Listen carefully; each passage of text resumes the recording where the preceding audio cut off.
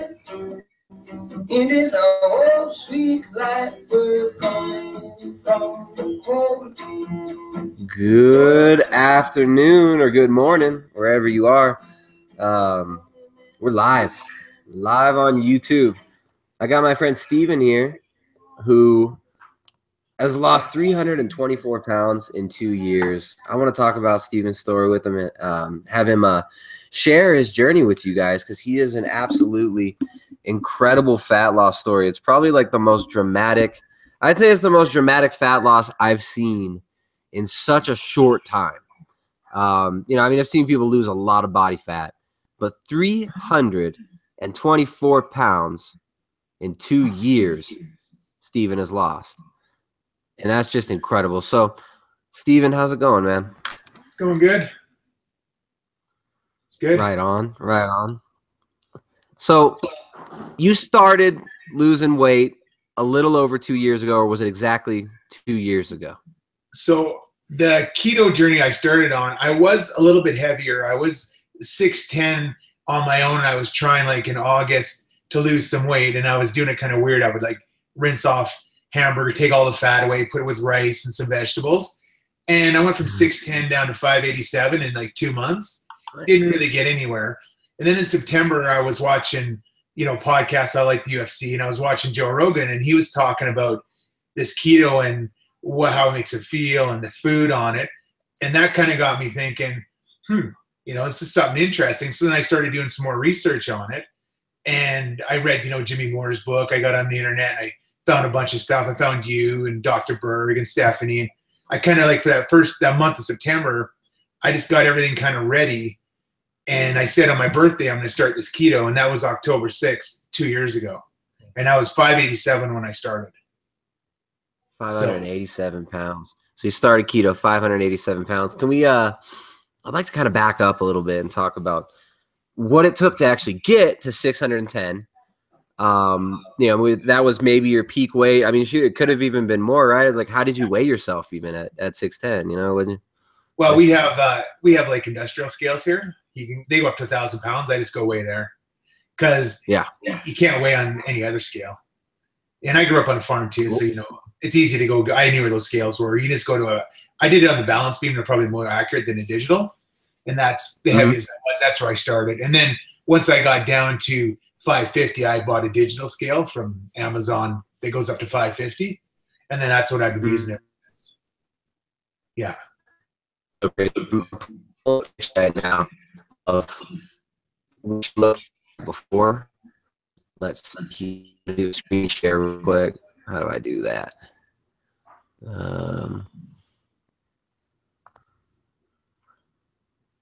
Let's see. So 610 pounds. How long did it take you to actually get there? I mean, when did you start gaining weight? Did you grow up big? I've grown up. Like I grew up on a farm. I'm from we had a dairy feedlot. We had a lot of stuff going on, and I've always been big. Like even in high school, I was 350, 375, but I worked every day. I was strong.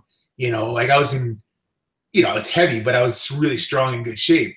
And then in around 2003 to 2005, we sold our dairy feedlot. Our family basically sold out, and I had to go to the city and I had to, get a job. So I moved to Calgary, and I basically have a supervisor job. I'm an operations coordinator.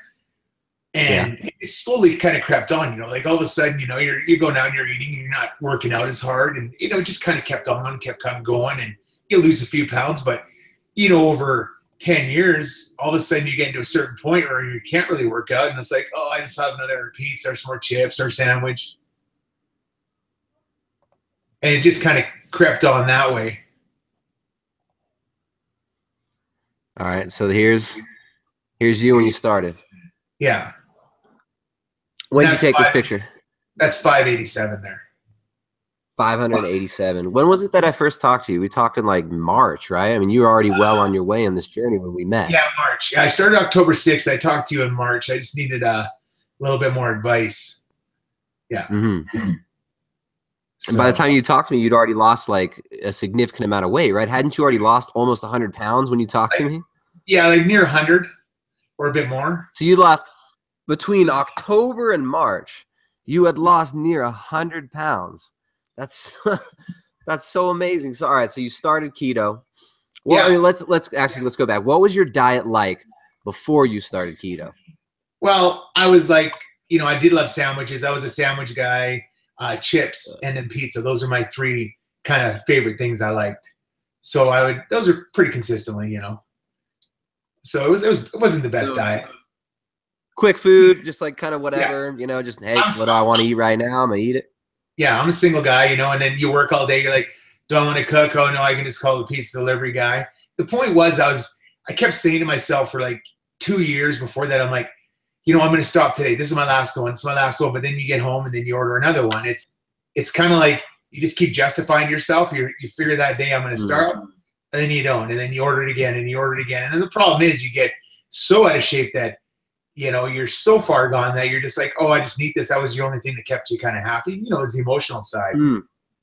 But right. I mean, it's an addictive cycle, right? I mean, it's like when you're going to treat yourself for these types of things, you're trying to reformat your life. It's just like if you're dealing with a drug or alcohol addiction. And the problem is it's more socially acceptable.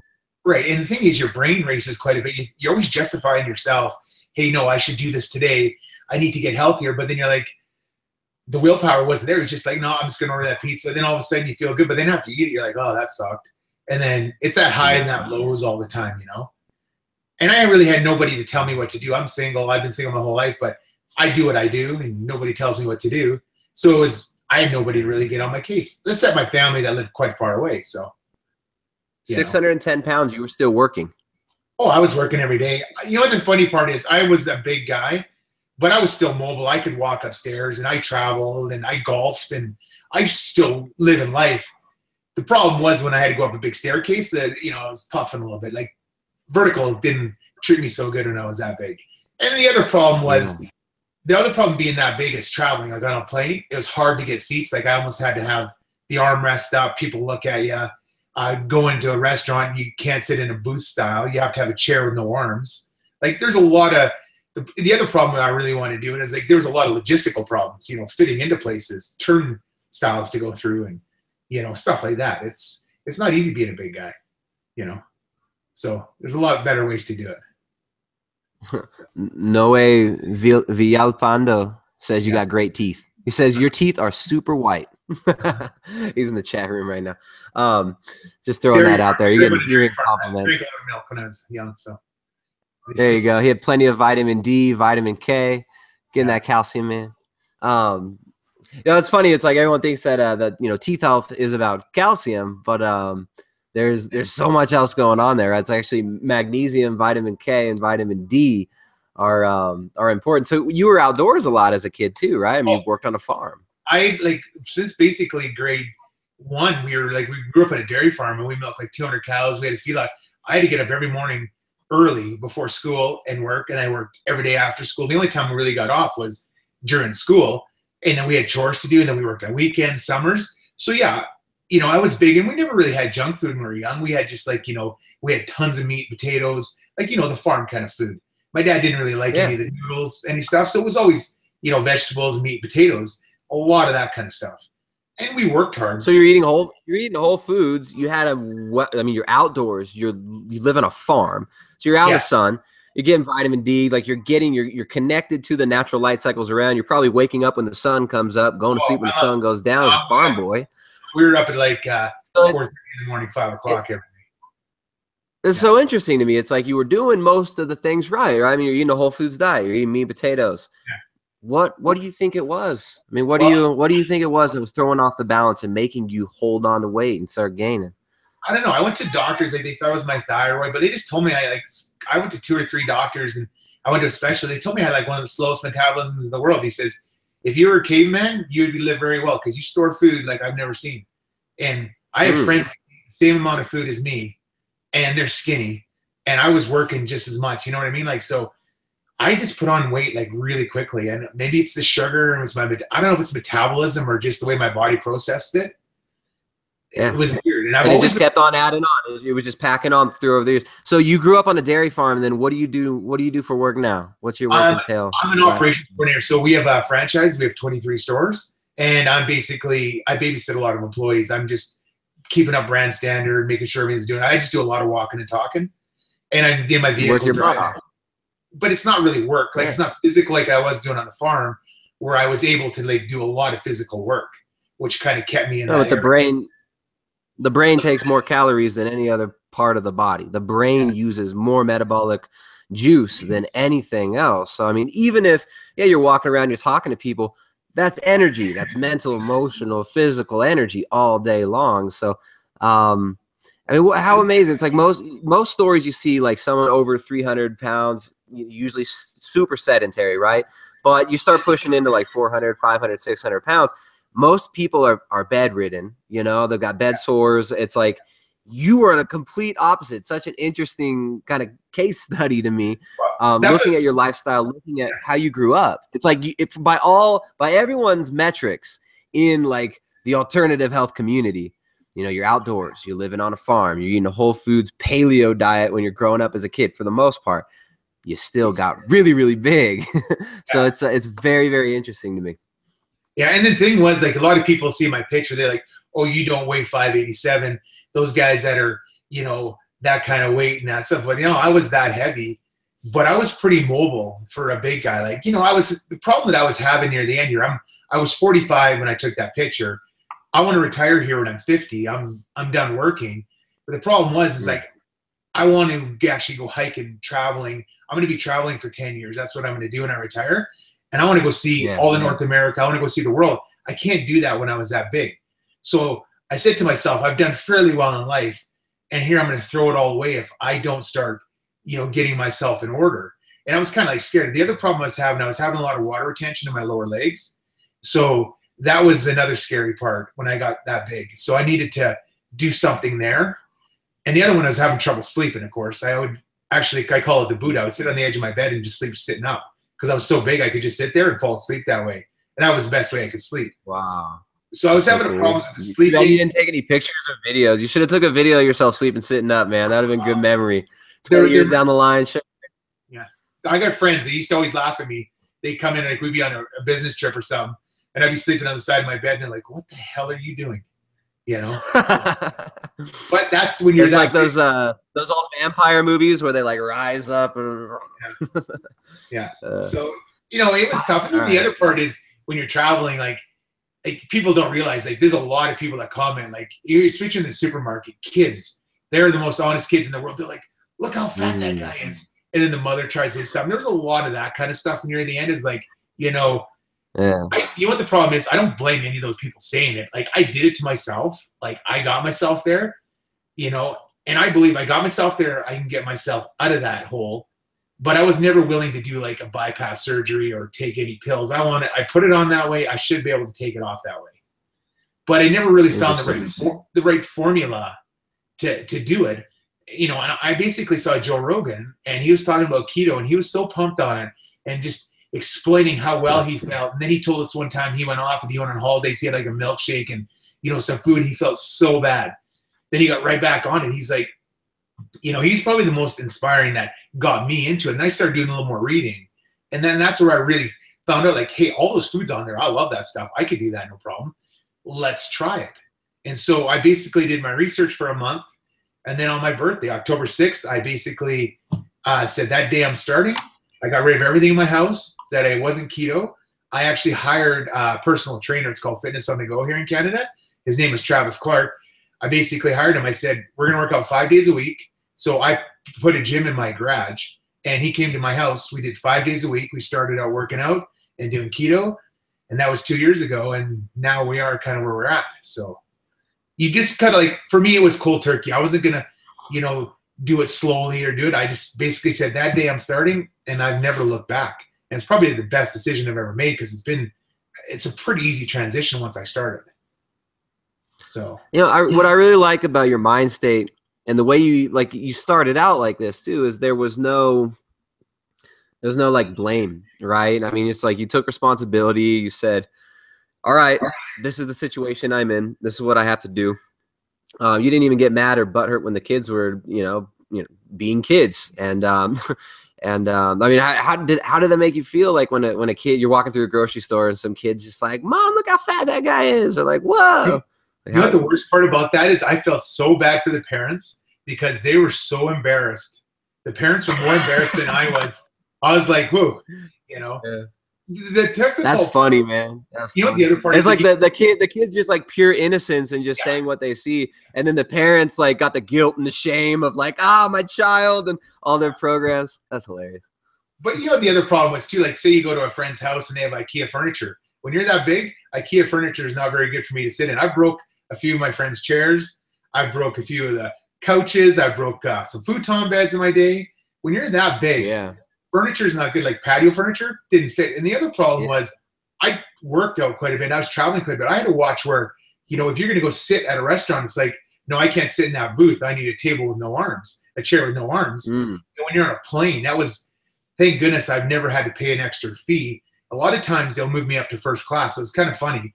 I would get moved up into business class or first class if there was an empty seat because I couldn't fit in some of the seats because I had to travel. You're giving a lot of people ideas now that might negatively affect their health long term. But yeah, but it was kind of weird. But when you're that big, the problem is there's a lot of logistics that people don't understand. Yeah. You know, it's like, you know, it's just a lot of logistics. Then trying to find clothes that big. You know, in Canada here, we don't have a lot of big people. I'd have to go to a trip to the States just to buy clothes because in the United States, they got 8X shirts. I was an 8X. And I couldn't find those in Canada. Yeah. So I was a big guy. It was hard to find clothes that were fit. And I would actually have to get them sewn so they were longer, the bottom of the shirts. You know, stuff like that. There's a lot of logistics. You know, being a big guy isn't easy. So it's not easy. Yeah, it's definitely not easy. So, wow. All right.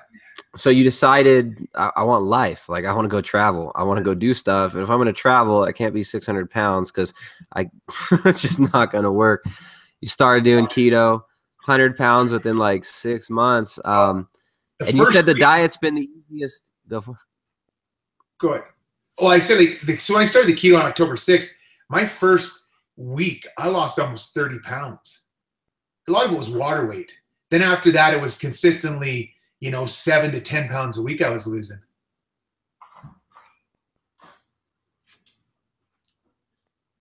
What was the hardest part about dieting? What was the hardest part about actually making these changes? You mentioned the diet was actually easy. Like actually, you know, doing keto made it so that you could just lose fat easily. Yeah. So what was that? The first bit, like, you know, I probably had like, you know, the first 2 weeks, you know, I had the headaches. I was feeling really shitty. My guts were upside down, you know. But once I got past that, it was pretty good. But the food that when I started the day, you know, I was doing the eggs, the bacon, you know, the Caesar salads. I was just doing like the hamburger. I kept the fat on. You know, I started the first day with MCT oil because that's what everybody said. And, you know, I was adding extra butter. But what I really noticed was the fluid that I lost in the first week. Like I was amazed how much fluid I lost. And I didn't really feel that bad. And the first day I actually started working out too. That was probably the hardest part, is just trying to get moving again, doing the exercise and that stuff.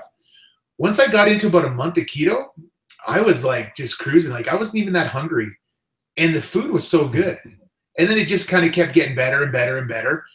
The problem was when I started doing the keto, I was taking the advice like, you know, everybody has out there, you know, way more fats. I was adding avocado oil. I was adding lots of butter.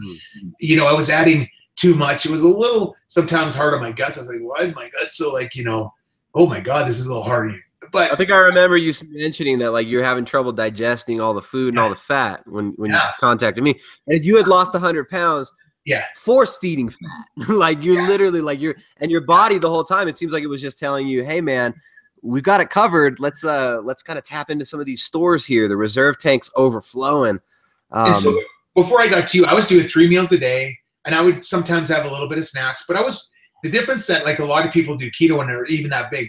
I had a trainer. I was doing 10 to 15 minutes of cardio, like a warm up. And then we would do an hour of weights because I wanted to get stronger so I could get doing more physical activity. That was always my theory. If I was strong enough, I could work out harder. In my mind, I needed to work out harder, but I couldn't. You know, I could go up and down the stairs 5 times. I was about to die. And then we would do weights, body movement stuff, you know, just the basics for the first 3 months, it was really hard on the physical to get back so we could actually do a workout where I get my heart rate up hard enough and to sustain there. Yeah, so that was kind of the biggest thing. It was to start working out and doing the keto. Yes, and I was eating a little too much fat, That's why I contacted you. Basically, what I kind of took out of your conversations with us is you just told me to get back to eat natural food. And since I did that, so basically, like if people understand is I just cook the hamburger. I have my own Leader hamburger. I have the kale. I have the simple foods. I don't add any extra fat to it. I don't add any extra butter. I quit the MCT oil. And I just basically eat real food, like whole food. But I'm really low on the, I stay really low on the carb side. But yeah, I just eat basically food. But what happened after I started seeing you, I was up to about noon to 8 o'clock at night for eating. And then I kind of slowly went to 2 to 8. So I was kind of doing a partial intermittent fasting because I wasn't hungry in the morning. But after talking to you, I basically just got rid of all that other MCT oil, adding extra butter, adding extra stuff. And I just basically went back to more simple foods. And then I had a really good jump from there. And, you haven't seen me since then. We talked, I think that was March of 2016. So long ago. Yeah. It's and I remember when you sent me the email, and I of course recognize your last name, which is so easy to read and pronounce. How do you say your last name again? Shafsma? Shasma. All right. So I recognize your name, and you said 324 pounds lost in 2 years. And then when I saw your picture, I totally remembered you. But man, I was just seeing the after picture. At 324 pounds. So I weigh right now like 150. You lost more than 2 times my total weight in the last 2 years. I'm just, as somebody who's like, I don't know, I'm kind of in tune with like whatever pains or discomforts I have in my body due to past injuries and stuff. What comes to mind for me is, how did it actually feel like changing your frame from 610 pounds, and you say 587 when you started, but you were 610 like 2 years ago. Yeah. 610 pounds down to 200 and what are you at? 220, 260? Where are you at right now?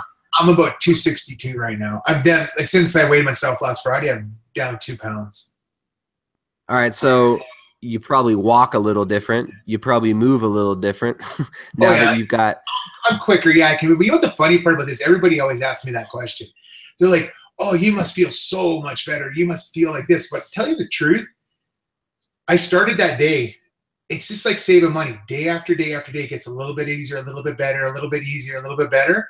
And tell you the truth, I don't really remember. Yeah, it was harder for me to go upstairs. I can fly upstairs now, and I can do stuff, and I can fit in stuff. I can fit in vehicles, and I can fit everywhere. But tell you the truth, I don't really remember feeling that bad. It's just everything's easier for me now. That's what I have to say. Clothes are easier, movement's easier, but you don't really notice it because, like, I was here, but it came off very slowly, right? Well, I guess not slowly, but it came off day after day, and it just That's not slowly, man. That's not so. All right. So here, just my situation, for instance, right? So I had an injury like 10 years ago in my hip. So I'm like acutely aware of the alignment from my foot to my knee to my hip to my shoulder to my head, and it's completely out of whack in my normal neurological pattern, right? So I'm constantly repatterning my walk.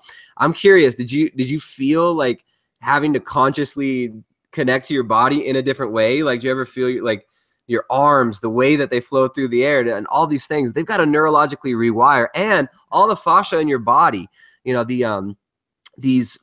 the fascia tissue is like ubiquitous throughout the entire body. Without it, we'd have no form to our muscle. And this is actually what the electrical current goes through. The water travels through these fascia networks, is electrified through the body. And this helps us to move and generate energy, to move everything through our body. Your fascia network is totally different now. Your joints, your cartilage, your ligaments, all these things have had to change in the last 2 years. So you say like, oh, it's not that rapid of fat loss, but man, you lost 2 Tristans off of your body in the last couple of years. Somebody asked me how tall I am. I said I weigh 150 right now. I'm 5'8", or maybe 7. I don't know, 5'7.5", 5'8", whatever. So anyways, you lost 2 of my body weights.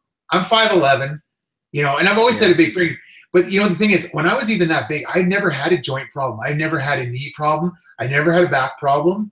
I've never really had an injury for, and it's kind of funny. Everyone's like, oh, you're that big. You must have bad back, bad this. No, I never had any problems with any of my joints. And I work out pretty hard. Like I'm doing pretty hard weights now. And Yeah, I'm fine. Like I've never really hurt myself. I did have a shoulder injury years ago that it's probably better now. It just took a little more to strengthen it back up.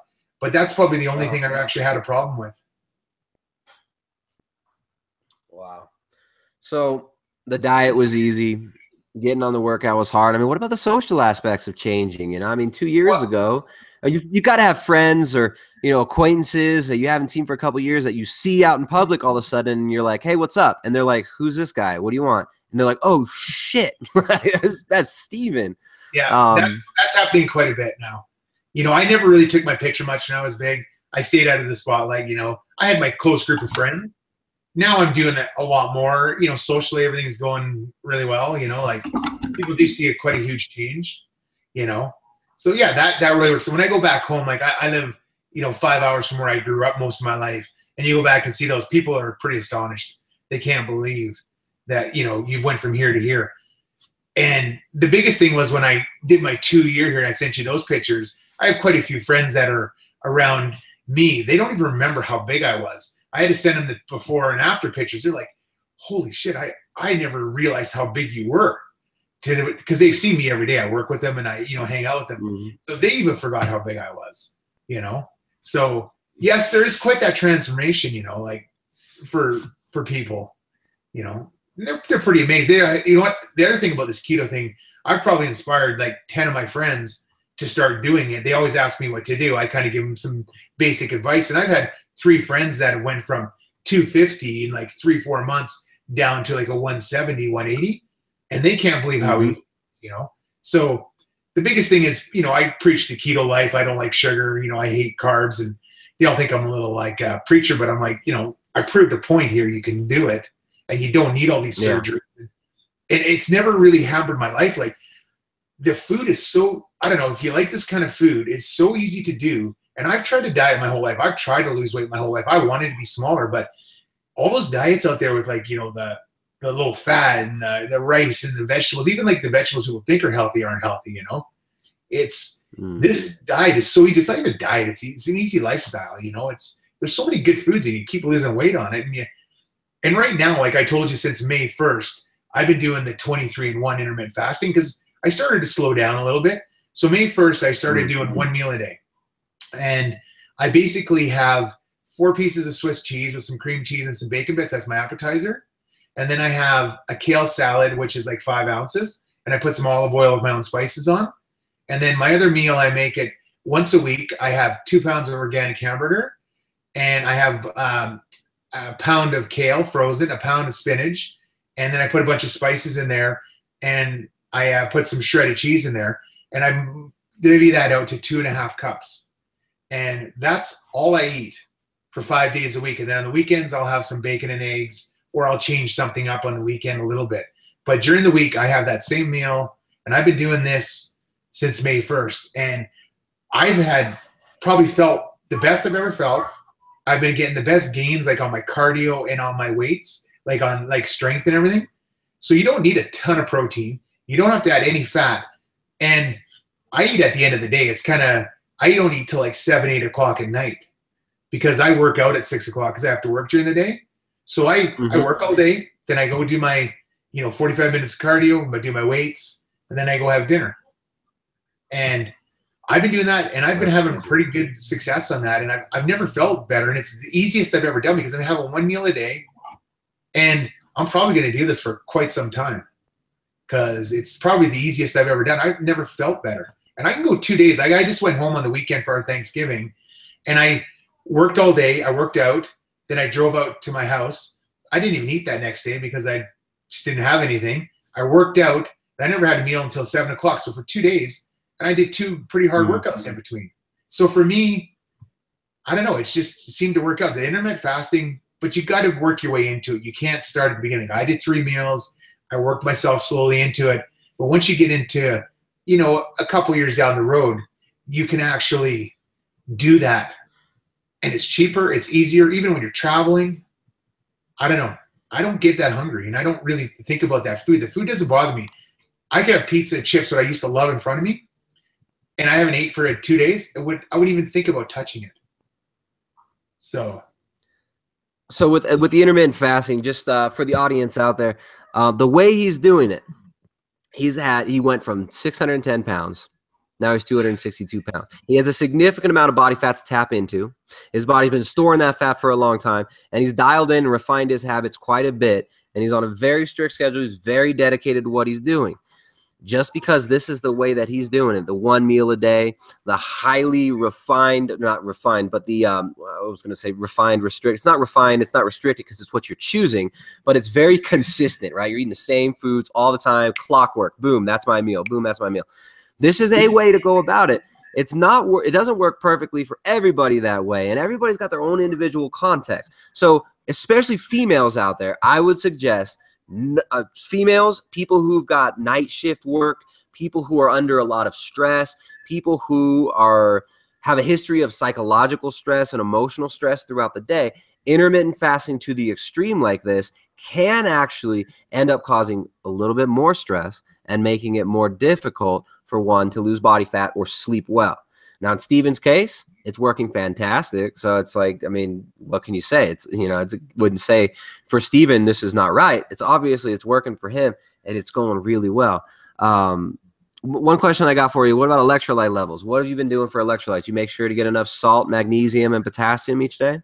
Yeah. So what I do for that kind of stuff. So in the morning, I have quite a good regimen of vitamins. Like I take multi, I take potassium, I take magnesium, take spirulum, I take kelp. It's probably like good. Vitamin D. I take quite a few vitamins in the morning. And I also do, we have it up here in Canada. It's amazing grass. It's organic. I take wheatgrass and there's super grass.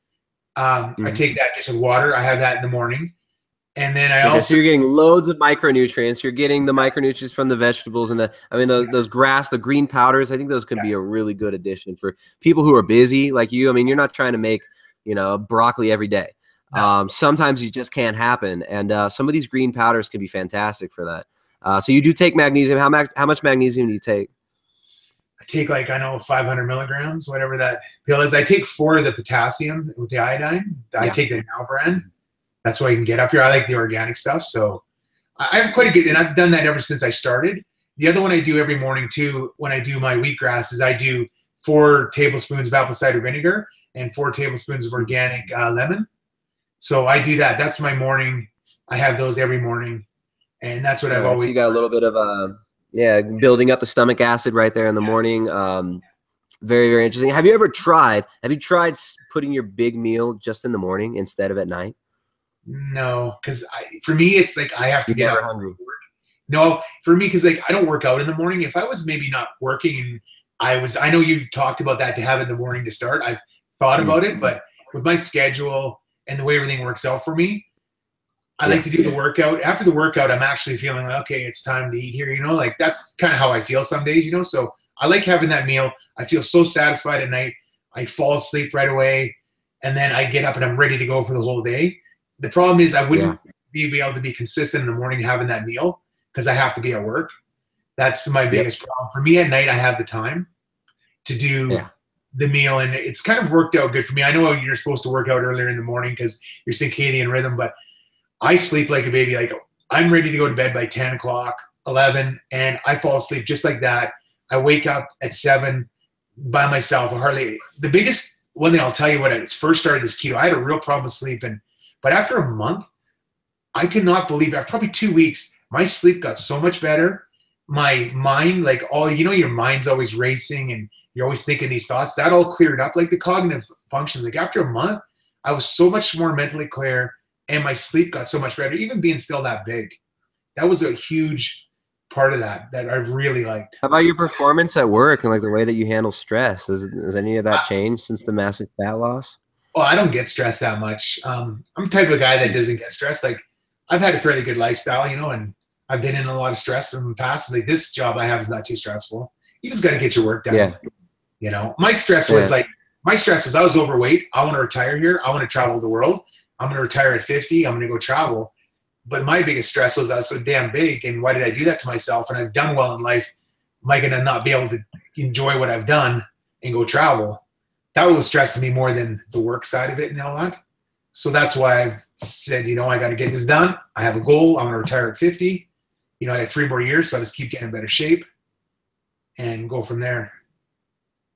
Now, a big common problem I see, like a lot of people that were 500, 400, you know, even 300 pounds, is like motivation can be a huge, like a really big disabler for people. And I mean, it seems like you were just incredibly motivated at the very beginning.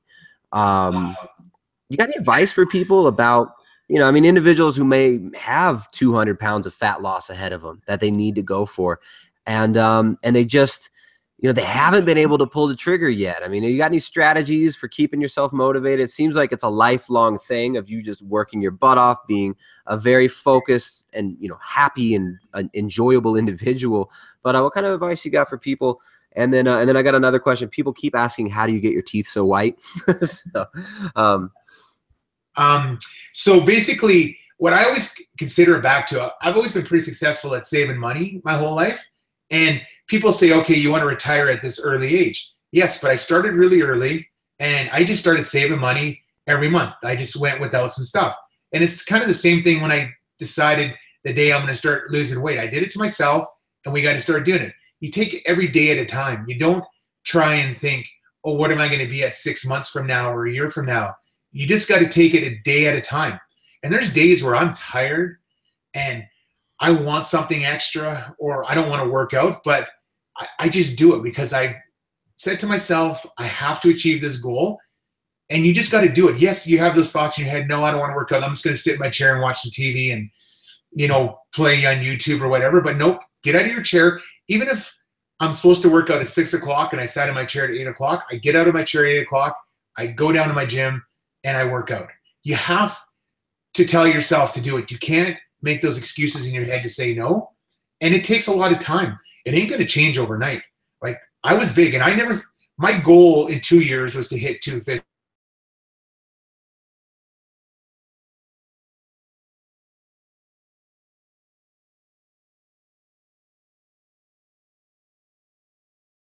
All right. Steven just cut off. I don't know if I'm still on. You guys still hear me? Steven will be back in a minute.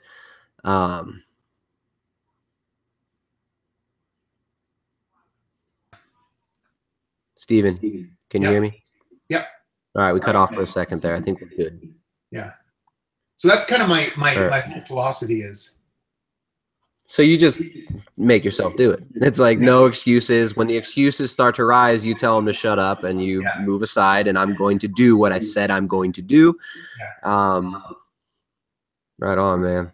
The one problem I'm going to have, though, that I haven't told anybody. So when I was as big as I was an 8X. I'm going to have a skin issue. I already have a skin issue. I have a lot of, I think I've talked to you a little bit about this, but I have a pretty excessive skin issue. And I've seen a couple plastic surgeons. I'm going to have to probably do 5 surgeries to remove a lot of excess skin. So everybody sees in my picture, like, oh, like my stomach is there, but I have a lot of excess skin that I'm going to have to get removed. That's going to probably be my toughest thing, because those operations aren't easy to do if I want to get them all taken care of. So one issue when you're as big as I was to where I am now, there is a skin issue around my midsection of my stomach and that. Now, did you see, I did a podcast with Tyler Cartwright from Keto Gaines, and I'm obviously I'm not a big fan of Facebook, which I talk about quite often here, that it's one of the most toxic influences in people's life socially and health-wise. So I suggest most people stay off Facebook for the most part, but there is, out of all the nonsense and all the keto stuff on Facebook that you're going to see, all these keto groups, there's only one group that I would recommend getting information from or advice from, and that would be the guys over at Keto Gaines, and Tyler Cartwright and Luis Villaseñor have come on here many times. They're good friends of ours. They're official members of the Primal Edge Health cult, tribe, family, whatever you want to call it. Come on, Liz. But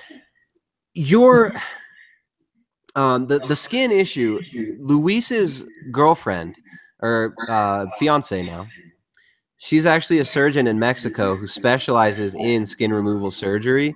And there are a lot of people that travel to Mexico to highly reputable doctors such as her. She's a plastic surgeon. And there are more affordable ways for people out there, just so you know, to get this work done.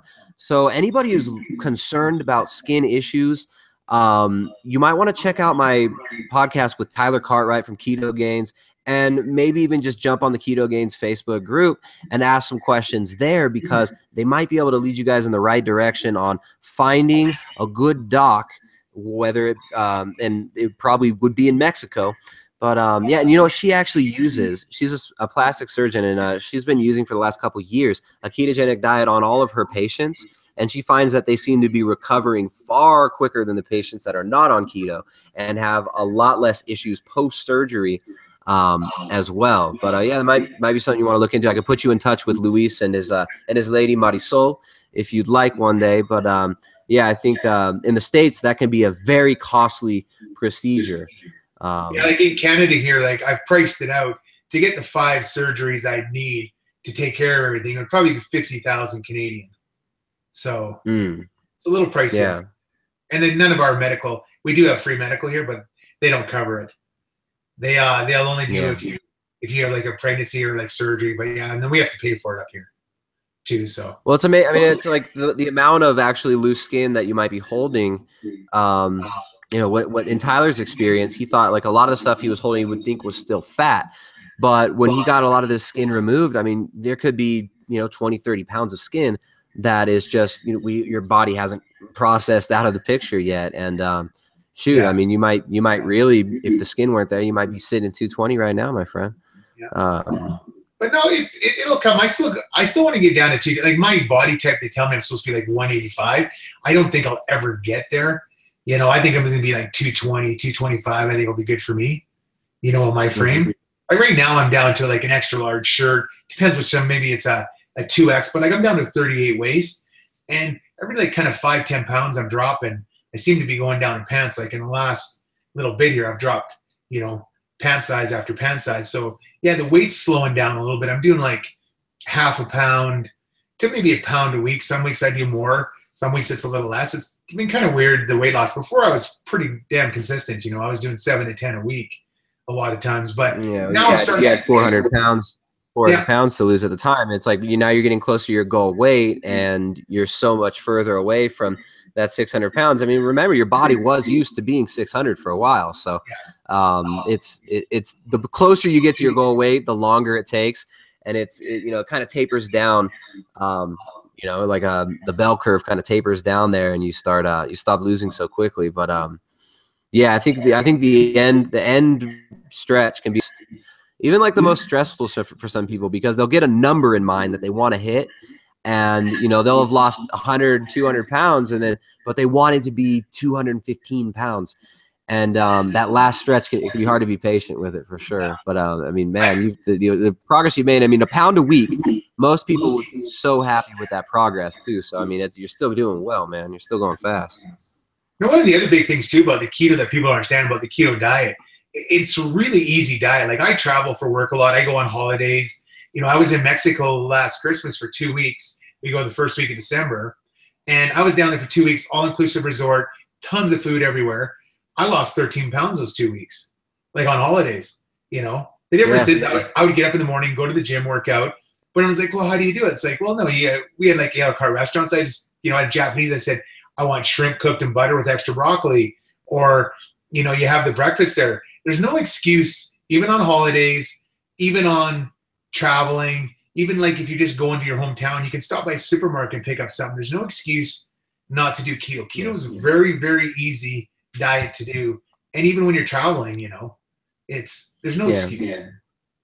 Yeah, so I mean, you can always get an omelet or something at a diner. You can always get a piece of salmon or steak at any decent restaurant. And shoot, I mean, if you're going to a low quality place, you get a burger without a bun or a lettuce wrap. I mean, everybody's hip to it nowadays, especially in the Western countries.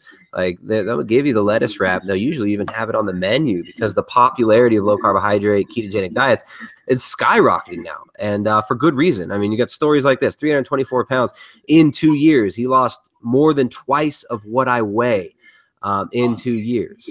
So, what are some other strategies you get? What are some other strategies for traveling and maintaining your diet? Because a lot of people ask me that. I work with a lot of clients who travel quite a bit, and they seem to be concerned about it like it's going to be a hindrance. But I always tell them, like, look, if you're going to travel and you're trying to lose body fat, this is the easiest way to go about it. I mean, keto can be eaten anywhere. You can eat keto McDonald's. I wouldn't recommend it. Please don't do it. But you could eat keto at McDonald's. So some of my go-to foods, like when I'm traveling, like I'll go to a restaurant, I'll order a hamburger, and I'll get bacon and cheese, and I'll get an avocado slice on it. And then I usually have a Caesar salad with no croutons. That's kind of like a good go-to meal. Or else you have your breakfast steak. You know, if you're like you can order shrimp, broccoli, get some butter on the side. Just it's really easy to do. Like as you say, like up here we have like, the burgers with the lettuce wrap. Just say no mayo. It's so easy. Or else I just go to a supermarket. I'll buy kale salad, and I'll just have a little bit of spices. Get a little small bottle of olive oil. I'll take it home with me, and I just dribble a little bit of olive oil and get some Cajun spice on it, and have a kale salad. I do eat a little bit of the salamis and stuff like that. If I'm out, I just get a little bit of mustard and dip them in. There's lots of easy stuff you can do. Eggs and bacon is everywhere, and it's really easy to do. Just tell them how you want it cooked. Then I do have some, Diet Pop. I'm like probably the guy who's you're probably gonna get mad at, but I do drink some Diet Pop. I got Diet Coke. All right, so you're doing Diet Coke. No problem for you. Still losing weight. It's all good. How many Diet Cokes you drink a day? Okay, well, it's Dr. Diet Pepper, and I probably have 3 or 4 during the day. I do drink some water in between, and then at night. Wait, is it called Diet Dr. Pepper or Diet Dr. Pepper? Diet Dr. That's what I drink. It's like Diet Coke. It's the same thing. It's got aspartame. Sure. And I've tested my blood sugar. The Dr. Pepper used to be my go-to when I was a little kid. I didn't really like soda that much, but I loved Dr. Pepper. Pepsi too. That was my. And at night I drink some A&W Diet Root Beer because there's no caffeine in it. So I'll tell people one of my kind of things is I do like my little treat I have if I'm feeling a little like there, I'll have a Diet Pop, and I've still had great success. I tested my blood sugar all the time. It never spikes. Even if I drink a couple Diet Coke, I've tried to test it. I stay around 3.2 of my blood sugar. My ketones, if people want to probably know, I've never really been a high ketone guy. I've only been like, say 0.5 to, my average is about 0.8. I never go up into the ones, and, I've had great success losing. I don't even test anymore. I used to test when I first kind of started, and I do it maybe once a month just to see where I'm sitting. But I just know the way I feel. And, my appetite, like I don't even like measure out my food. When I first started on keto, I was using my Fitness Pal. I was following macros and all that kind of stuff. Since I talked to you, I kind of got back in just a more natural way. I still use a measuring cup to measure out my food, but I don't see what's really in it. I just know what I need, and that's what I do. And I've kind of put all that stuff to the side. I'm just trying to do it a way that doesn't stress me of like, I need to enter this in my Fitness Pal, or I got to take the ingredients. I look at the ingredients on a bag or stuff like that, but I don't track it anymore. You got 2 years of forming habits under your belt. I usually tell people, especially clients who've got like years or, long stretches of fat loss ahead, is that especially in the beginning, unless you're like trying to get shredded, a lot of the times just eating keto foods will work for a while. Now, women tend to hit walls sooner than men. I see with this, but when you format the habits, you formulate the habits, the meal size habits and the meal timing habits, like what you've done. You take your 2 pounds of meat, you mix it up, and then you've got your portions. If you can do portion control like that and create a habit, it takes 21 days to form a new habit. So if you do 21 days of strict portion control, after that, that's your baseline. You make a meal, that's what you're going to crave. You're going to understand, all right, I'm eating, 4 ounces of meat for this meal. I'm just trying to get some vegetables in. And that's the habit. And you don't have to think about it. You don't have to put everything into MyFitnessPal. This doesn't have to be, this crazy madness diet. There's like, what is it? Yeah, testing your blood glucose constantly, testing your blood ketones constantly. These things, it can be interesting to know where your ketones are at. But if you don't understand the fluctuation of how ketones flux throughout the day, due to your circadian rhythm, if you don't understand the other things that are going to affect blood ketone levels, like what you've been doing, like your hormone level, like where you're at throughout the day in your hormonal output. If it's the morning when you got higher cortisol, lower ketones, is it the afternoon where you might have higher ketones? Is it right after a workout when you might have less ketones because you just used them? You know, I mean, there's so many aspects that come into play. And for most people out there starting keto, it could be a huge stumbling block. They're constantly on their phone with MyFitnessPal, which is useful to track at first, but I usually recommend using ancient technology to track, you know, pen and paper at first, because you write it down, you can commit it to memory.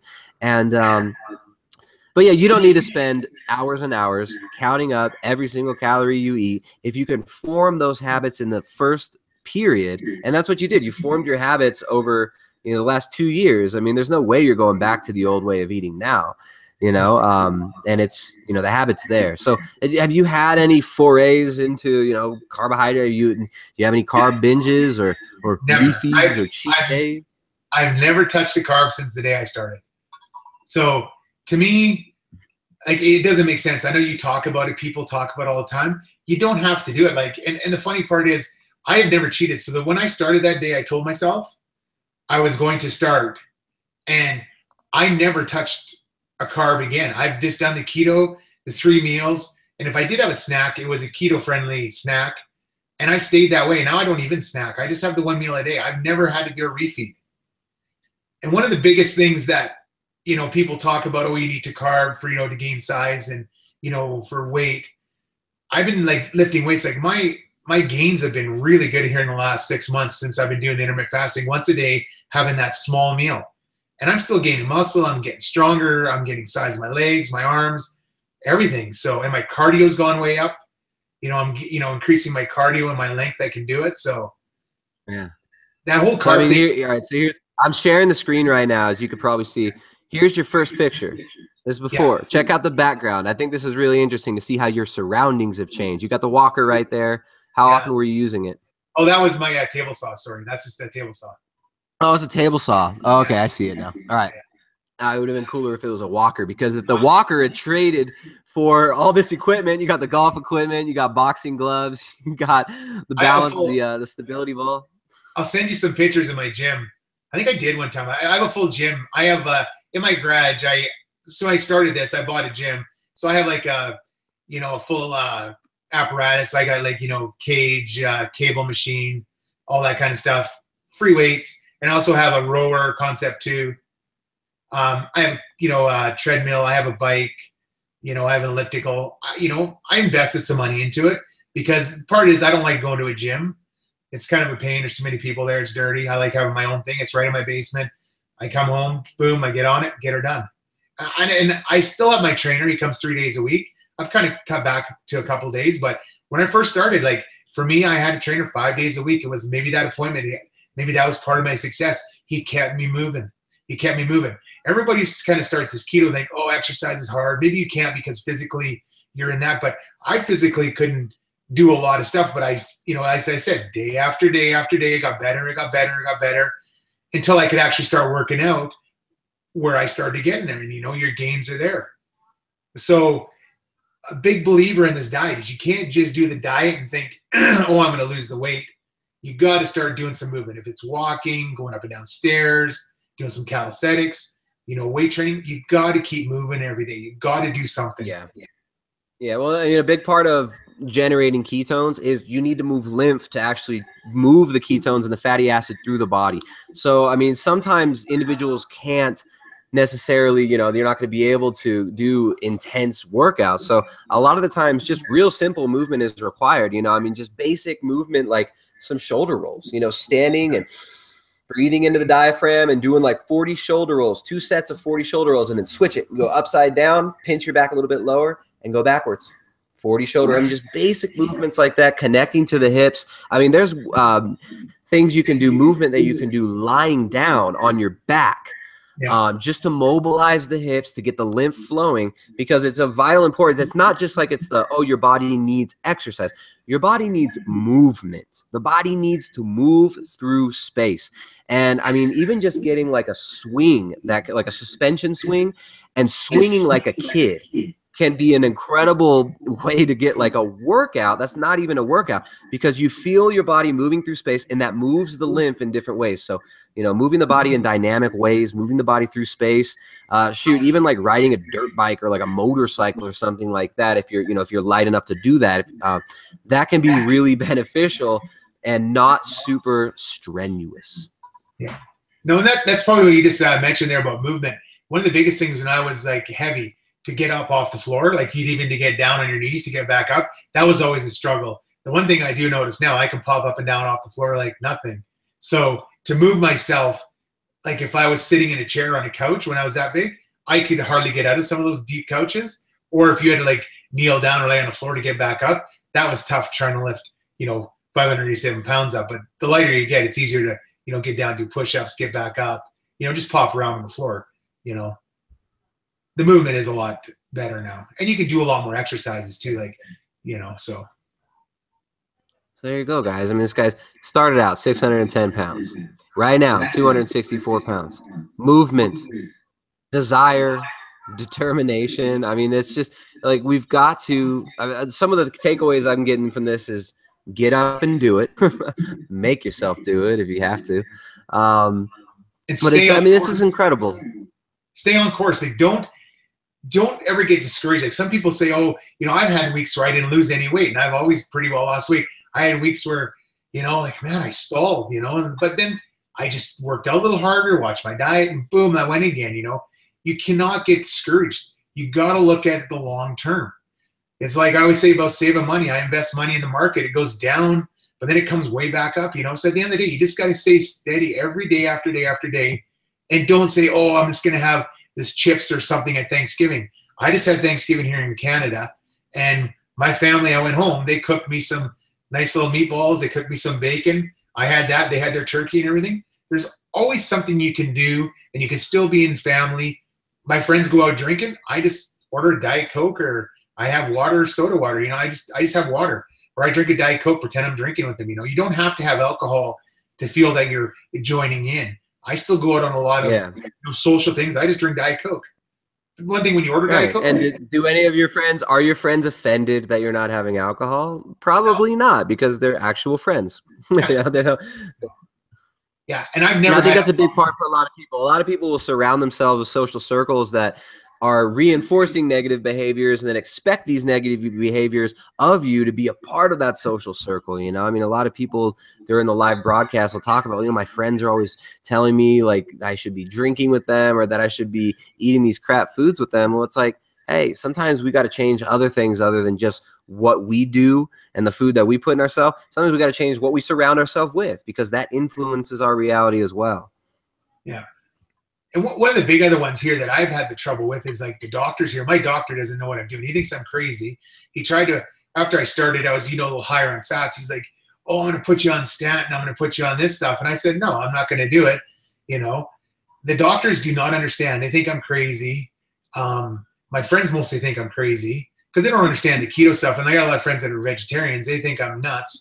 But have you ever seen a skinny vegetarian in a while? I haven't seen that in a while. So they eat more carbs than I've ever seen in my life. But people just don't understand the diet. And once you understand it, you do it. And I've tried to lose weight. I've been big my whole life. And I have never found something so easy. And I don't even consider it a diet. Like I actually enjoy the food on it. There's so much variety. If you get a ketogenic cookbook, you can have so many recipes. I don't believe in doing all those recipes because it takes too much time in my life. I like to have a good taste with spices. I prep my food during the week. Another thing is don't have anything in your house that you're going to cheat on if you think you're a cheater. Prep your food once a week. I do it on Sunday. I have everything ready. Right. So simple food prep has been a really crucial part of what you're doing, right? It's not like you're sitting down every day.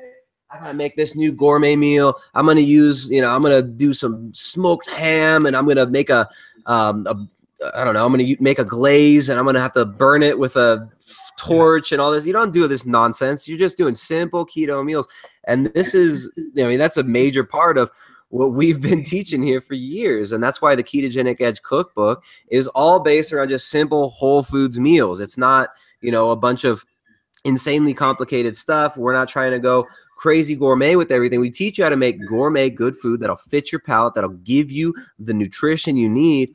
But I mean, it's in the end, it's like we got to be practical. How much time do you really want to spend every day making food? We've got to have staples that we can go to. Me, I know I can wake up any morning. We've got meatballs that we make with like beef heart out of the Ketogenic Diet cookbook, Mama's Best Meatballs recipe. We make those almost like we've got those almost all the time in the fridge. I know I can make a couple of eggs, 2 or 3 eggs, sometimes more if I'm super hungry. 3 eggs, fried them up, and warm up some meatballs. And there's a meal right there. I can use some green powder, some chlorella powder or something to kind of add like some micronutrient boost. And there you go. Yeah, that's one thing that I see how you eat. You get your bowl, like, you put the avocado, you put your sardines, you put everything into one bowl. That's what I do with my hot meal with my spinach and that. I put everything into like one little bowl and I have it all done. And, you don't have to have like your spinach on the side or your hamburger touch that. I like mixing everything together with the spices. It tastes better. It's easier. It's less cleanup. And you can put a lot of nutrients into one kind of, like, I call it my hot meal. And I have always have my kale salad. I have to have a salad every day. And I put Cajun spice on there, Tex-Mix. I buy a lot of spices. I have to make sure there's no carbs. I put my Himalayan salt on, some pepper. I put that on my salad. And I usually use an olive oil. And what I'll do with an olive oil is I'll put my spices in that olive oil and leave it in my fridge for a week and let it soak in. And I put that on there. And that's kind of my dressing. And then my little treat I have every day is my 4 slices of Swiss cheese. I put the garlic herb cheese on. I put the bacon bits. That's just like, once you go to have your first meal, you kind of eat it like a little appetizer. And I do that every day. And to me, that's kind of my treat that I think is a treat. Maybe it's not the best every day, but I really enjoy it. Oh, it is. It's delicious. Cheese is amazing. Cheese is a treat.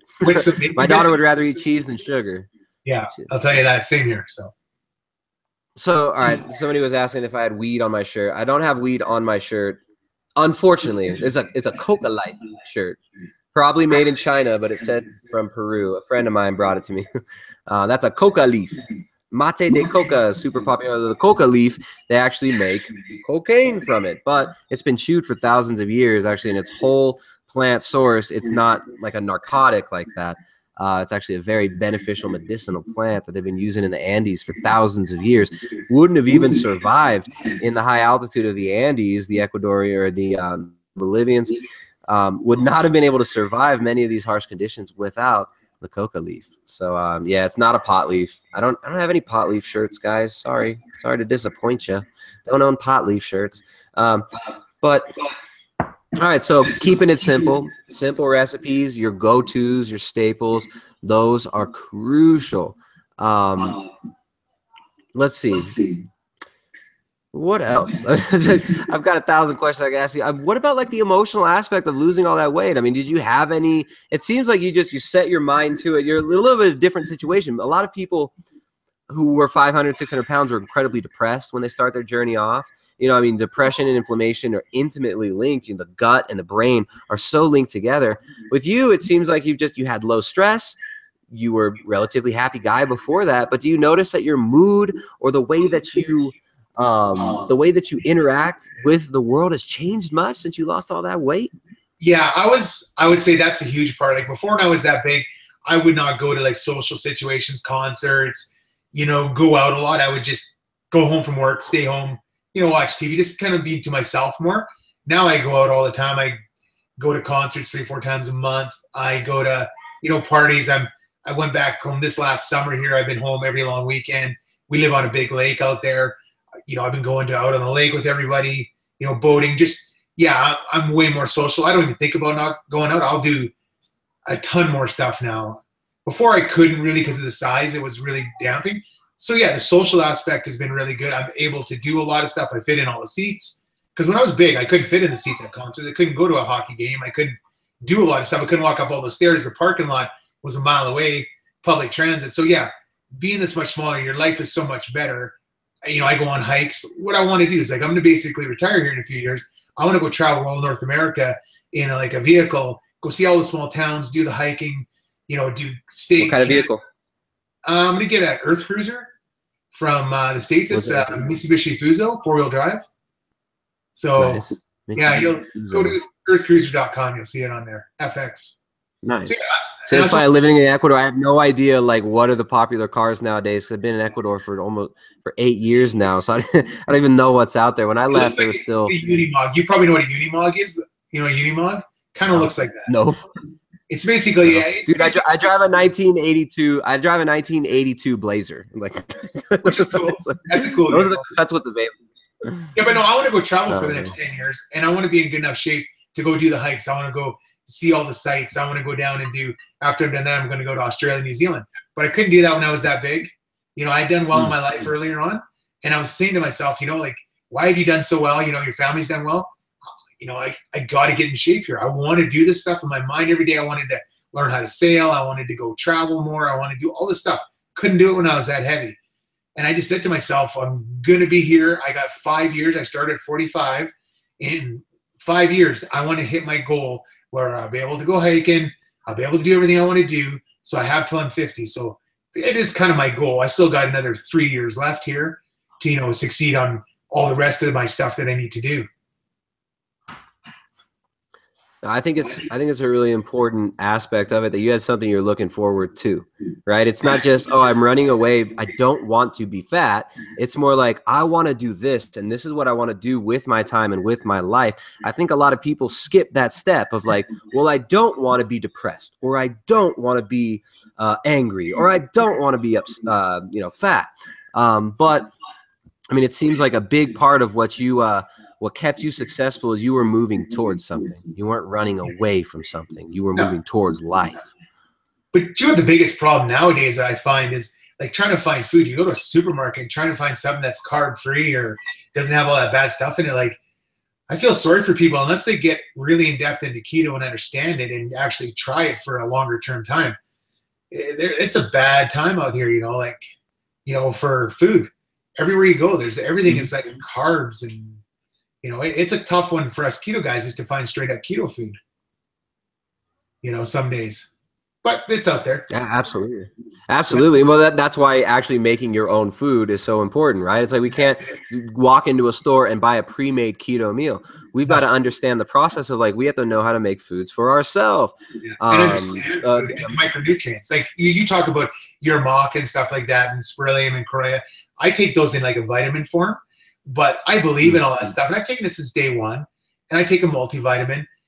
You know, if you don't use it, you probably just like piss it out or whatever. But at the end of the day, I've never had an issue like, you know, with skin or whatever. But I take that wheatgrass. It's a little pricey up here, you know, but I buy it. I take it every day. I take the apple cider vinegar. I take, you know, for the vitamin C, I take the lemon. You know, and it's all worked for me at the end of the day. What I really learned from you was to cut back on all those extra fats. And like, I got friends trying to start keto. They're buying exogenated ketones and they think, oh, my ketones are high. I mean, I said, that has nothing to do with it. You're doing it all wrong. Just get back and do it simple. You know, simple foods, you know, and don't add all that stuff to it. Like these guys telling you should be eating 200 grams of fat. My Lord. You know, all it's going to do is come out. It's really about context. It's like, for me, if I wanted to gain weight, I'd eat 200 grams of fat. Yeah. Actually, about weight stability, if I am relatively active, would be maybe 200 grams of fat. But I mean, even the metabolism when you're on keto actually becomes highly efficient, meaning you can do more with less calories. So, I mean, there's a lot of research yet to be fleshed out concerning all of this stuff. So it's hard to make definitive statements like that. But it has been shown that the metabolic efficiency of keto can lead you to use your calories more effectively. If you're actually digesting the food you're eating, you're not just peeing and pooping it all out, then you've got more energy substrate available. So, but yeah, I mean, just the guzzling down of fats in the context of I'm trying to lose fat is a major stumbling block that a lot of people run into. And, you know, it's something I talk about all the time. So I get a lot of flack for it. Other people don't agree with me, and that's fine because their former clients come to me constantly to correct the errors. And I don't even have time to take on the clients that need help because of the confusion that's out there. And I'm just trying to put out information here. I mean, the reason we did the Ketogenic Edge cookbook, a training manual for low carbohydrate, ketogenic, and paleo cuisine. We call it a training manual because we wanted it to actually train you how to make your own foods. You can't walk into a store and expect to find a keto meal. I mean, even Whole Foods, it's difficult to do it at. And it's a ripoff anyways at Whole Foods. So, understanding how to make these staples, how to have hard-boiled eggs on hand. For me, like I love sardines. I get these Wild Planet sardines canned in olive oil with lemon in them. They're so good. And then there's these King Oscar ones too that are pretty good. And these Matisse, I've got different brands of sardines that I love. I can always bring those with me. If I go traveling, I can bring a cooler that'll keep ice cool for 3 days. I can put hard-boiled eggs in there. I can put cream in there if I wanted to. I can put all kinds of the high-quality foods. And but it's just really about covering your bases, building the habits of having these foods around that are your staples and you can have on hand, and being able to make nutrient-dense, whole foods-based meals in a pinch without thinking about it too much and having to look up recipes or MyFitnessPal or all this stuff. We got to build the habits so it's automated. We put it on autopilot, and then we just reap the benefits. So for those of you looking to actually dial in what you're doing and learn how to prepare keto food, you got to check out my wife's book. I shamelessly plug it all day, every day, because it's so valuable. It can save you a lot of time. It actually saves me lots of time because people can get a lot out of that book and not have to come to a coach to help them out, because just learning how to prepare your meals is one of the biggest steps towards autonomy from the old habits. We got to wipe the slate clean and create a whole new foundation of habits like Steven did. And then one of the big things too is everyone's like, I don't have a lot of protein. Like, people say, oh, you need all this protein to build muscle. Like, I have 2 pounds of hamburger that I divide out for 5 days. I have a little bit of cheese there and some bacon bits, and I'm still gaining like pretty good size on muscle, and I'm going up. I've never had an issue with anything. So, and I've been doing this now since May 1st. How many grams of protein do you estimate that you eat per day? Well, 4 slices of Swiss cheese I have. I don't know, there's probably 5 grams in there each, and then 4 tablespoons of bacon bits. That's what I use. Tablespoon on each one. Mm-hmm. A tablespoon of cream cheese. So, we might be at, say, 25 there, and then divide 2 pounds of hamburger into 5 meals. That's all I have. Yeah, it sounds like you're about 75 to 80 grams of protein per day, which should be, sufficient for most people. But it's really, when you're in a ketogenic state, your body is sparing protein.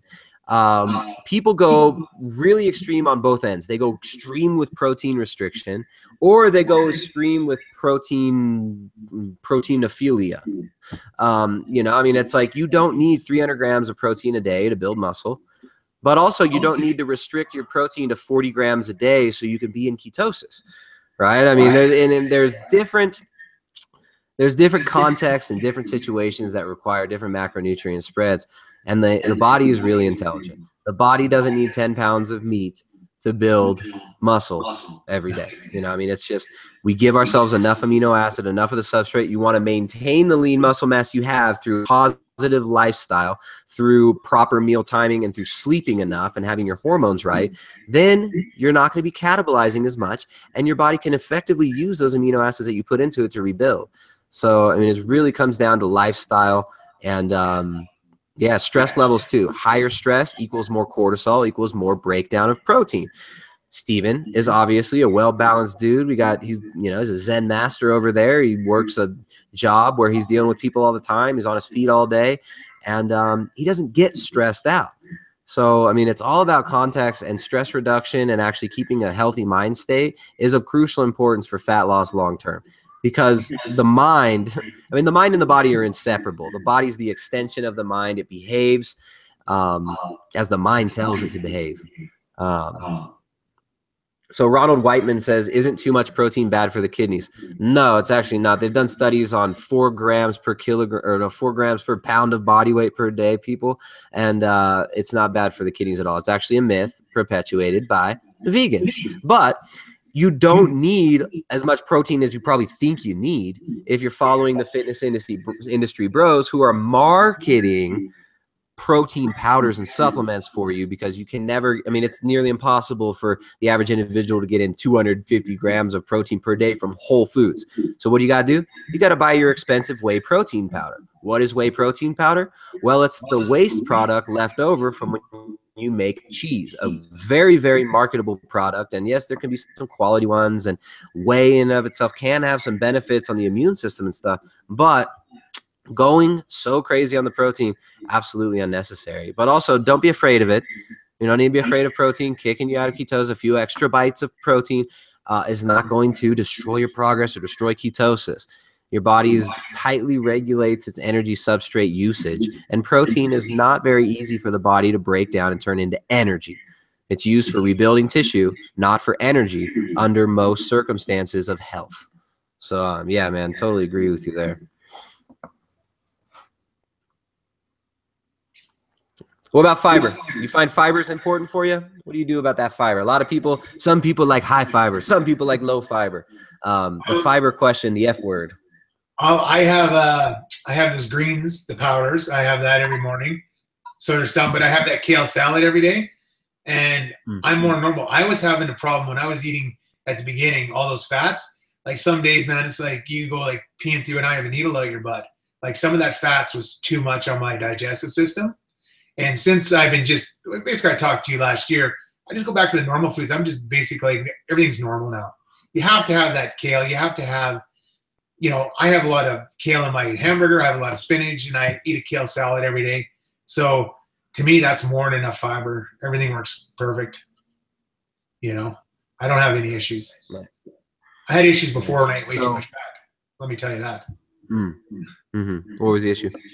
Oh, you could go to the bathroom. Oh, yeah. Liquidy.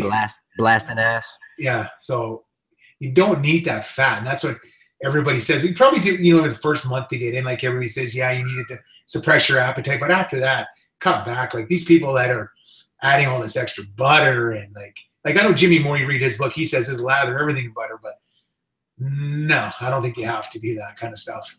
Well, I mean, the proof's in the pudding, right? I mean, you're getting results and you're keeping results. Yeah. So let's see. 2 years, you've lost 2 me's in those 2 years. This is just incredible. Let's see. You got any closing thoughts? You got any advice for people out there trying to lose body fat, trying to lose weight, try different things, don't know what to do? Any final thoughts on this? Well, my biggest thing is the one thing that I've learned is to make yourself a decision and then stick to it. And then just take it day by day.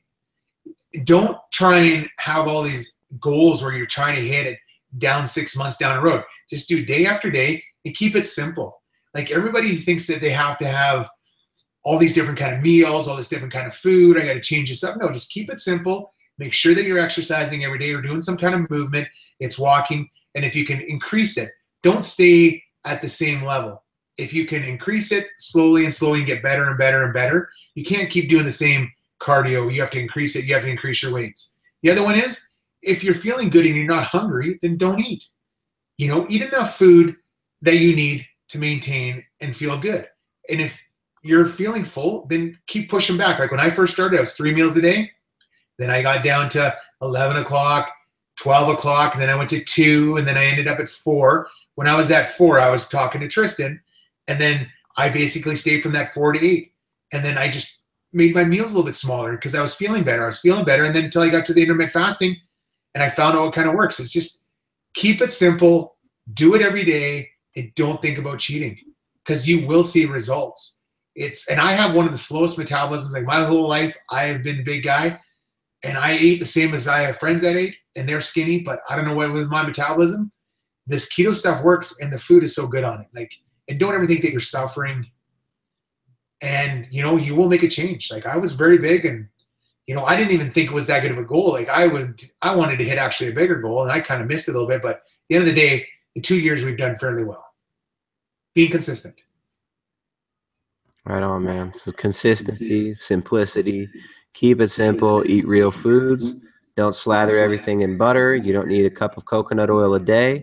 And now what about your blood work? That's what I wanted to ask you. You gotten blood work taken throughout the years as you've been changing? Yeah, no, it's good. All my good HDL cholesterol is up there. Yeah, I'm off all the pills like they had me on before. When I was bigger, I was on statin and Aramipril. I quit that about a year ago. Never looked back, You feel better off the statins? Because there's a lot of side effects. A lot of people get depressed when they're on statin. Well, I didn't get depressed.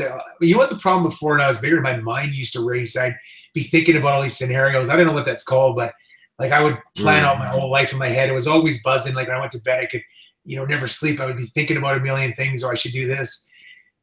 Just the clarity in your mind. Like, you don't get carried away with stuff, like, I mean, I don't know. It's kind of a hard one to explain. It's just, everything's just a lot more like, as you say, Zen. It's just more normal, and I sleep better. I totally understand. Well, it's the GABA production too. When you're on keto, you have more GABA, which is an inhibitory neurotransmitter that's calming and soothing, rather than an excitatory, which is like, woo, what am I going to do? Anxiety, like frying in the brain, these excitatory pathways, and you're more calm with that GABA. Yeah, like the biggest thing was that's how it was before when I was bigger there at the end. I was always thinking, hey, I want to do this, I want to do this. And I kept like always making all these different scenarios up, and my mind would never stop. And I could never really stay focused. And when I started the keto, man, I get changed. Like the first 2 weeks, my sleep got so much better. Just the cognitive function. And after the first month, it's been just uphill. Just everything's been good. And I don't get those cravings. I don't even think about it. Like, everyone's like, oh, don't you ever miss that stuff or those donuts? No. Like at the end of the day, I don't miss it one bit. Like even if I had to eat it, you probably have to force me to eat it, but I don't ever want to have a piece of pizza again. I don't even want chips. I love chips before. I don't even think about having it. I'll wait a day if I can't find food. If I'm stuck somewhere, I'll wait a day and have something good, because you just don't want to do it to yourself. That food for like comfort is gone, like so gone. And I've never had that before, even on all the other times I've tried to lose weight. The mental aspect of it and the food being like locked into food to make you happy, it's gone. So that's one of the really big things that's happens in it. So you changed what you use food for, right? Like food means something differently to you now. Right? What was it before? What was it? What would you use food? It was the comfort, because I would be done work, go home. I'd be looking forward to having that pizza and that chips and that stuff. But then after I ate it, I felt bad. Yeah. For sure. It's like some people, they get off work, they look forward to a couple glasses of whiskey, and other people, they get off work, they go for the food. So it was like a drug before, but now it's like nourishment, right? It's like, that's life. Like that's what I'm doing. Yeah. So I got one thing that comes to mind for you is, it's like, as you mentioned, you think you have a really slow metabolism, but it's funny. It's like, what does that really mean? It just means you're using the energy that you put in your body highly efficiently. You have a really efficient metabolism. That's what I've kind of been told. I guess the doctors have told me in the past, like, you utilize food very well. So maybe that's why I can do this intermittent fasting on a very small amount of food and still get gains and stuff like that. Mm-hmm.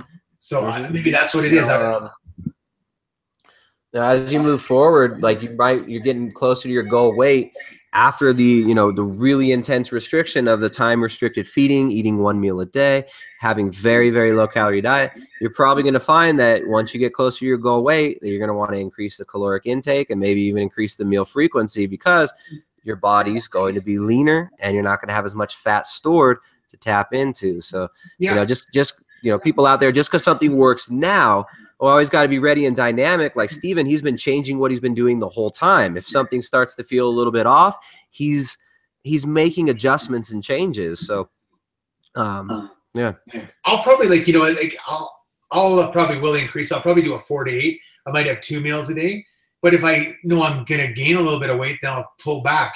You got to find out, once you get to that point of where you want to be at your goal, or where your body says that's where your goal weight is, and then just kind of play around there a little bit. If 2 meals will work, it works. But I kind of like this 1 meal a day thing. For me, it's really easy. If you're busy, it works out really well for me. And it's easy, it's cheap, and it's like, to me, it's probably been the easiest thing I've done. Like before, when I had to do 3 meals a day, I would have to prep my breakfast at night because I didn't have time in the morning. I would make my omelet, have all my bacon ready, so I had a meal in the morning. Then I'd have to go out to take a lunch break, which I don't like doing, or I'd pack food with me during the day, and then I'd have dinner at night. This 1 time a day thing is just pretty easy for me because I'm at home, I have my stuff, and I can do it. So does it feel restrictive or boring to you ever? No, never. You ever feel like, hey, it's kind of, every time you don't feel like you're missing out? No. Every time I eat, I'm excited because, that's my meal of the day and I'm ready to eat.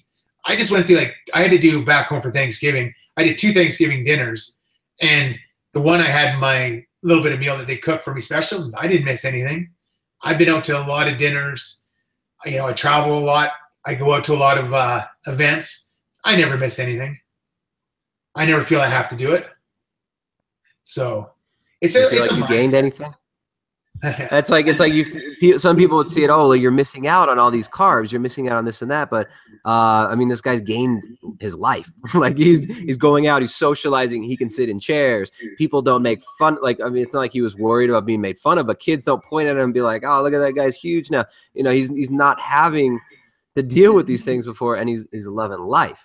So, Yeah, it's like I not fit in. only is he not losing. I'm normal now. You know what the thing is? Before I've always been the big guy, right? So I was always the oddball in the room. Now I fit in just with the regular people. There's actually people bigger than me now out there. So that's the funny part, you know. But I still remember all that stuff like it was yesterday. So you still have that. I feel bad for people that are that big and they're struggling to get down. Like I have friends that are bigger, and I don't preach what I do, but they ask me, and I like, well, this is what you got to do, and they find it tough, right? But there's been a few of my friends. I've had probably 5 good friends that have had really good success. They weren't that heavy. They were only 225, 230, and they've got down to like 170, 165, and they just can't believe how well it worked. They just didn't believe me, right? They're like, how can you eat this stuff and lose this kind of weight? It's kind of shocks people that if you eat this way, what can happen. So yeah, definitely. And look, he's not doing he's doing keto like he wants to do keto. He's having cheese, bacon, meat, has some green powder for the micronutrients. He's throwing in some of the, the higher quality foods in there to boost his micronutrient content up. But I mean, he's not overcomplicating it. He's eating dairy, which I mean, some people tell you can't eat dairy on keto. You can't do this on keto. You can't have Diet Coke. Dude's drinking Diet Coke, Diet Dr. Pepper, rather. Sorry, Diet Root Beer. And he's getting results and he's enjoying life, because really it doesn't come down to what this guru says, what that guru says, what Tristan eats, what Jessica eats, what Steven eats, what works for them. What really matters is what works in your context, in your life, and what can you stick with long term. So I think people tend to hyper focus on the looking for the guru to tell them what to do. They get a lot of confusion about that, but really it comes down to doing what works for you, what fits into your lifestyle. And I mean, that's what's important when if you're trying to help somebody do this as well. Like, I mean, Steven's probably helped loads of people around in his life. He's probably noticed that every single one of them will probably require a slightly different approach. It's like some people are going to want to eat 3 meals a day. Some people are going to want to eat less. Some people want to start out a little higher fat. Some people need less. It's about the context and about what works for you. Not everybody has to do it just like me or just like Steven. Steven's drinking Diet Dr. Peppers. I don't drink Diet Dr. Peppers. Steven's getting results. You know what I'm saying? It's like you can't sit here and say, oh, well, he's a fool. He's doing this differently than I would do it. You know what? What matters is he's getting results. He's living life. And really, what's really important is he doesn't really care what any of you have to say. He's just doing what he wants to do and living his life. Yeah. The biggest thing I tell people is stay away from sugar and carbs. That stuff is bad for you. I've never had better clarity in life, felt better. I'm going to stay with this the rest of my time. I'm never going back to a carb. You don't need it. And the funny thing, people like, oh, I like my noodles. Well, then you get a zucchini or make a zoodler. You can do that kind of stuff. You can have like broccoli. I can't tell you how many people have told us that they like zucchini noodles better than normal noodles, me included. I mean, they taste so good. If you make them correctly, you saute them correctly, you prepare them right, you can make, almost any food. You can keto-fy foods. Yeah, and actually, we've got a big announcement. Yeah. Cauliflower, like for potatoes, everything can be subsidized. If you like rice, chop up your kale. Like I fry the kale. Sometimes like people like, oh, I like that texture of the rice. Well, I'll take kale and a little bit of butter and I'll fry it up so it's really crispy. Put that in with some hamburger, and people are like, oh, this is kind of like rice. No, there's always a substitute you can have to get that, and it's actually better for you. There's no excuse not to do keto. Everything is there that you want. You want garlic mashed potatoes. You want a pizza. You can do it with the cauliflower crust. There's so much stuff out there you can have. Lettuce is your bread. Cheese is your bread. You don't need that stuff. So. Right on. Yeah.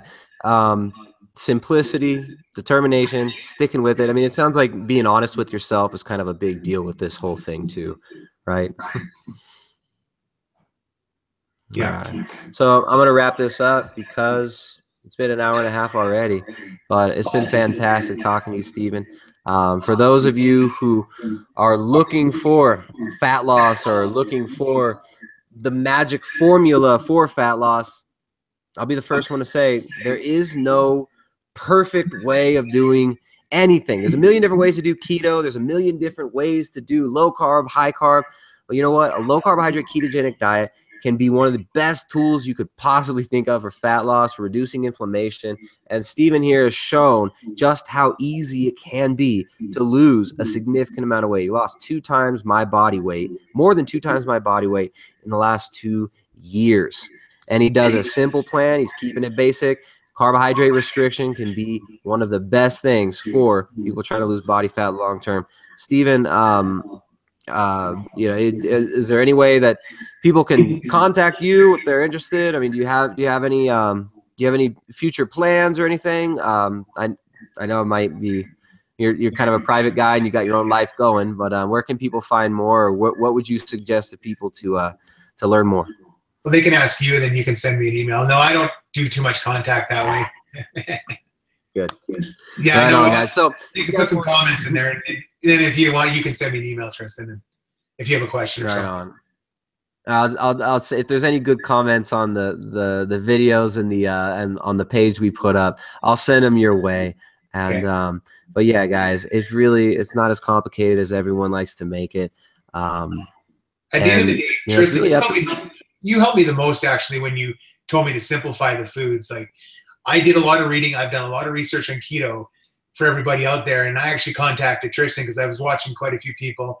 And what he told me was probably been my biggest help is just simplify the foods, get rid of all that coconut oil, all that other kind of stuff, and just get back to your whole foods and just get simplified. And once I did that, I really had some good results. So at the end of the day, Tristan, your philosophy to the keto is probably what people should be following if they can stick to it and do it that way. So that's what I tell people at the end of the day. There's a lot of garbage out there and a lot of stuff out there that people are saying that doesn't really work. And I've tried it the other way. And once I got on with you there, I've been sailing along, and I've been, just micro adjustments here and there. And that the whole foods things that we talk about and keep away from adding all that extras to it. That's probably my biggest thing I say to people. I mean, even outside of a ketogenic diet template, eating whole unrefined foods, that could be massively beneficial for most people trying to lose weight and just transition into it. So if you're not ready to go full keto, hey, maybe just try cutting out the wheat, cut out the grains, cut out the inflammatory foods, and lower the carbs a little bit. Somebody just made a comment. They said they saw you with Dr. Berg and you mentioned Tristan. Is that true? Did you go on Dr. Berg's channel? Yeah, he wanted to interview me. Whoa. Dude, sweet. You shouted me out on Dr. Berg. He has like a huge following, right? I've actually I've watched like one video because I couldn't really. Yeah. I did follow him. I like him. So I did an interview with him. Yeah. Yes. Thank you so much for shouting me out, man. That's awesome. Right on. All right, Stephen. Well, thanks for shouting me out on a big platform like Dr. Berg. And thanks so much for, just connecting with me at points in your journey. I mean, I can't take credit for anything that you've done. I gave you some advice, kind of told you what my thoughts were along the way. You've done this by yourself, man. And you're slaying it. You're killing it. You're doing well. And I can't wait to hear about your travels, man. So we're going to stay in touch. Shoot me some pictures once you start road tripping. Yeah, you guys can find more at primaledgehealth.com. If you're interested in more content and refining your skills at preparing ketogenic foods, you got to check out Jessica, my lovely wife's cookbook, which she worked for over 1.5 years on. The Ketogenic Edge Cookbook, a training manual for low carbohydrate, ketogenic, and paleo cuisine. That is available exclusively at primaledgehealth.com. You will not find it on Amazon. You will not find it anywhere else. It's available exclusively at primaledgehealth.com, and it is a training manual, not just a list of recipes. We want you to understand how to make nutrient-dense, whole foods-based meals, how to provide for yourself, and how to be self-sustained so you don't need to get confused and go pay someone for coaching when it's not necessary. So Take it easy, guys. Enjoy the rest of your day. Enjoy life. Get off the computer. Go get outside. Go live. No arguing on social media. Don't watch the fear porn on the TV. Go live your lives. All right. Bye-bye, guys. PrimalEdgeHealth.com.